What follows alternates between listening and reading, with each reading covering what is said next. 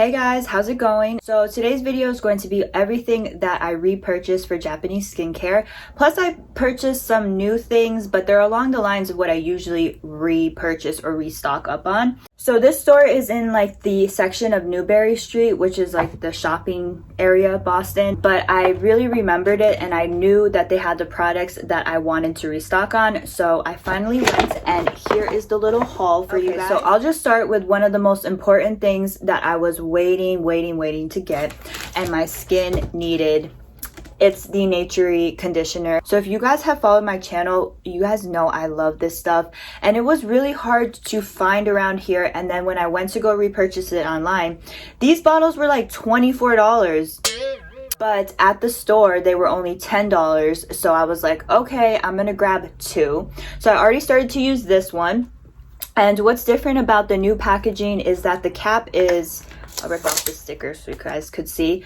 The cap is like that. It used to be a twist off cap, so you had to physically twist it off every single time you used it. But I really like the pop open cap. It's so much more convenient, especially for patting it in on the skin and the body. So I was so excited to see this at a good price. Of course, I had to get two because you can never have enough. Also from the Newbury line, I picked up their skin conditioning milk. So this is like a lightweight lotion. I love this one too. This is like my skincare body regimen. I'll pat this in after the shower and then I'll use the milk to seal it in. And when I was trying to heal like the skin on my face from dryness, I also put this on my face as well. I love the texture. This milky texture is like a sealant. It just locks in everything. So I had to pick up one of these. This was $10.99, but what I love about purchasing Newbury in store is they usually have a promotion. So it was attached together with this little mini bottle of the Newbury toner. So it's literally the same thing as this, but just in mini travel size form. And I love these little bottles. I always keep them. I think they're great for on the go, but they usually really come through if you don't want to keep the big clunky bottle on your bathroom counter or with your skincare regimen, because this is super huge. These little bottles really do come in handy. So they were wrapped up together. So I grabbed this. Definitely, if I ever see a promotion for Newbury coming with like a sample size, I will purchase it because I will use it up. Speaking of skincare lotions, this one also is another classic favorite I love. This is the Kasasumi skincare lotion, the Sake one, and this one is a huge bottle just like the Newbury, and this is more of a fermented type skincare lotion. So I do like the Newbury, like I rely on this one for everyday use, but this one is still really great and you get a lot of product. The Sake ingredient in this is really great for brightening the skin and making it nice and soft, getting that kind of like bright glow to the skin. What I really like about this skin conditioner is that it has amino acids as well. That really helps to nourish and condition the skin. So another skin conditioner I needed to repurchase. A while back, I did try out the whole Sana whitening line. Sana has a ton of different products within their line. The whitening brightening line is my favorite. So this moisturizer is their gel moisturizer, only gel moisturizer I like for dry skin and that I do see the results with as far as like the brightness of your skin. I really recommend the moisturizer. If you guys don't know which one to try from the whitening products, the moisturizer hands down. It's great for any skin type, especially oily too because it is a gel, but if you do have dry skin, it has enough moisture to deliver. So this was $10.99, under 12 bucks, a great repurchase. Speaking of Sana whitening skincare, I had to try the spray. So this is their new spray bottle. It used to come in like just like a regular spray that you had to press down, but now this is like a mister.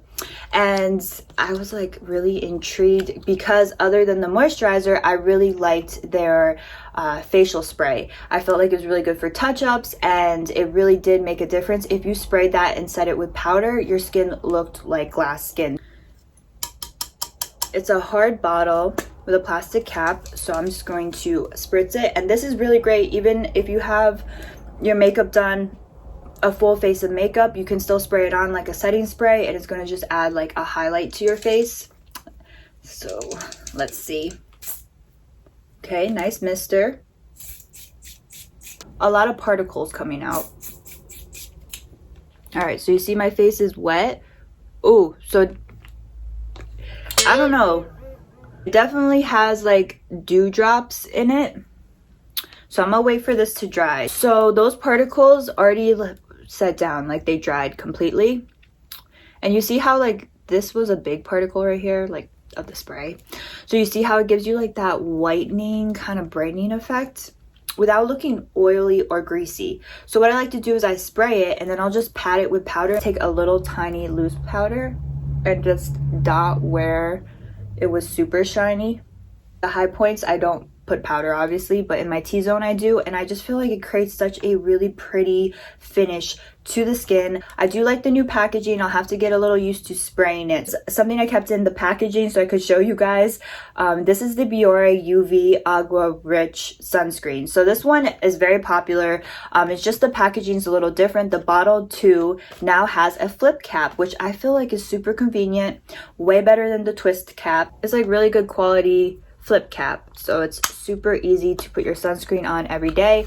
And this is definitely a repurchase because it's just a really great standard sunscreen you can wear on a daily basis. It doesn't break you out and it doesn't have any white cast or smell to it. So this was one of the first Japanese sunscreens I've ever tried, and I definitely will keep repurchasing it forever because it's a basic, good quality, inexpensive sunscreen. And over there I paid $12.59 for this bottle of sunscreen. That was kind of it for the full bottle sizes of skincare. I did purchase a sheet mask packet. This is the Quality First sheet mask from Secra. And I love Japanese skincare sheet masks because they come in packs of 7 or they come in big packs up to 30, and it's really great to use weekly. Sheet masks, they have a ton of different types. This is the super sensitive one, but these are really good quality, hence the name is Quality First. So what I did is use 6 of them already. I have 1 left in here, and I will use the Essence with toner pads once like all the sheet mask is gone because they give you a lot of essence. They're soaked in there. And I just forgot like how good sheet masks were in general. They're pretty much like a moisturizing band-aid for the skin. Since I haven't used a sheet mask for so long, my skin wasn't really used to it. So the first night when I did use it, I got blemish on my skin. Like it broke out because it's so moisturizing. I'd rather get a pimple here and there and have my skin heal than having my skin like super dry and nothing's working. Definitely between the skin conditioner and a sheet mask every single night for this past week, it just made my skin a lot better. The texture went back to normal. There was no thick dry layer anymore, and I definitely credit that towards the Naturey skin conditioner and these Quality First sheet masks. Okay, so that was pretty much it for all of the skincare. Now I did pick up a few hair products. As far as hair, I didn't really have as much time to look, but I wanted to try the viral honey shampoo. So I got the pink one, the Honey Melty Moist Repair Shampoo. And then I didn't get the matching bottle conditioner to go with it, but I did pick up another honey product. This is the Honey Cream X Damage Repair Hair Pack. I used these right away the first night I got them, and then I just re-washed my hair with them last night because I try to wash my hair about 2 times a week. First, I'll start with the shampoo. The shampoo smells really good and it lathers really quickly. With that being said, it is more on the drying side, so I wouldn't really suggest to use it as like your everyday shampoo or every other day shampoo. It cleans the hair so well without stripping. It feels fresh for days. So I really like how it cleans, but as far as like the sleekness it delivers, it's not as good. When you first wash your hair and you let it air dry, it's gonna feel like thicker but not softer, if that makes sense. Like it's gonna feel really clean and strong and like dense, but it doesn't really feel too soft. So this is the Repair Damage Hair Pack, and actually what it says to do is that this is the 1.5 step within the honey hair care regimen. So you're supposed to use this, and then you're supposed to use this on your hair, and then you're supposed to follow up with the conditioner. So I can't really tell you like the full 3 steps, like if they definitely work for sleek shine. But I've been using this hair pack on its own. It just reminds me of a strengthening treatment, kind of like that L'Oreal Revive, I think it's called, treatment. So it's not really like making your hair any softer or shinier. It's just pretty much sealing the dead ends. So it does a good job in that, but don't expect it to make your hair softer or rely on it as a conditioner for that. So this one, or this line in general, just makes your hair sleek and shine. This is technically a premium moist pack is what they call it, just like this.